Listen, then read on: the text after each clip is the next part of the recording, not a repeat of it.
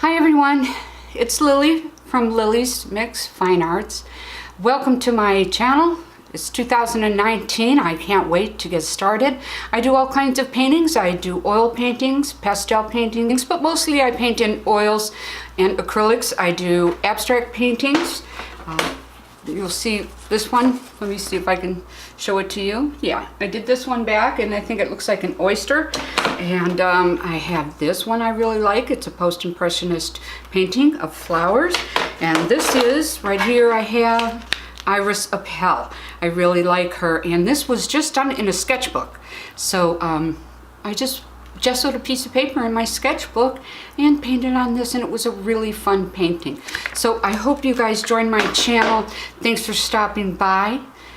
Subscribe, hit the bell, and be good to yourself. Thanks, guys.